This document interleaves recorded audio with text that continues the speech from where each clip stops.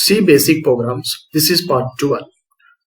Let me explain code of quotient, find quotient and remainder. Here we have declared 4 variables. So we will get 4 locations in the memory. This variable type is int, so this variable can store only integer. Each variable take 2 byte memory and each variable can store single integer.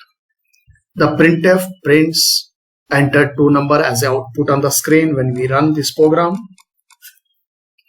Enter 2 numbers. Printf is the output function. It prints message or any output. This printf, here the message which is we given, such message, printf take this message as it is exact same message, it will display on the output screen. Next, scanf is the input function, it takes the values. Now this scanf will take 2 values because in the first parameter of scanf it is called control string. In the control string there are 2 specifiers we have provided.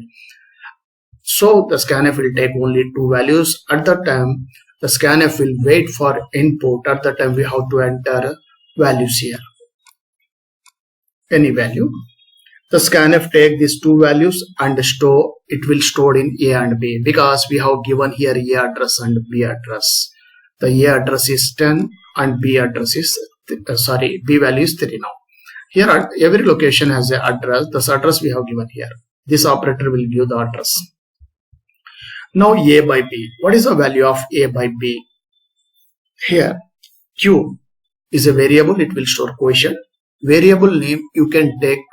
Variable you can take with any name. Here A by B. What is the value of A by B here? 3. 3 3 ja 9. Here quotient is 3 only. Not actual quotient is. This is a division operator. Always will give quotient. Here actual quotient is 3.33. But in C programming, integer by integer, it will return only integer. This result is only 3, not 3.33. If you want to 3.33 exact result, then we have to write like this. Float, then A by B. Now A value is 10, it will be converted into 10.0. Here float is there. Again, the Q variable must be in float. If you write like this, the Q variable also must be float. Then only it can be stored 3.000. Now here integers are there, all the variables. So integer by integer we will get only integer. That is the 3. Quotient is 3 here. The remainder. This is a modulo division operator. Modulo division operator will return always remainder. Here remainder is 1. The modulo division operator will not work on float values. The modulo division operator work only integers. Here A, B or must be integer. Otherwise it will not work. The R will get the 1 and quotient Q. The quotient will store in Q. That Q value is now 3.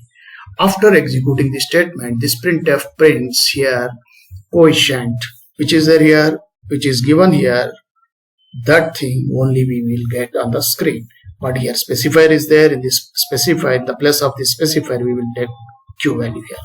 The new /n is there. We will get new line quotient.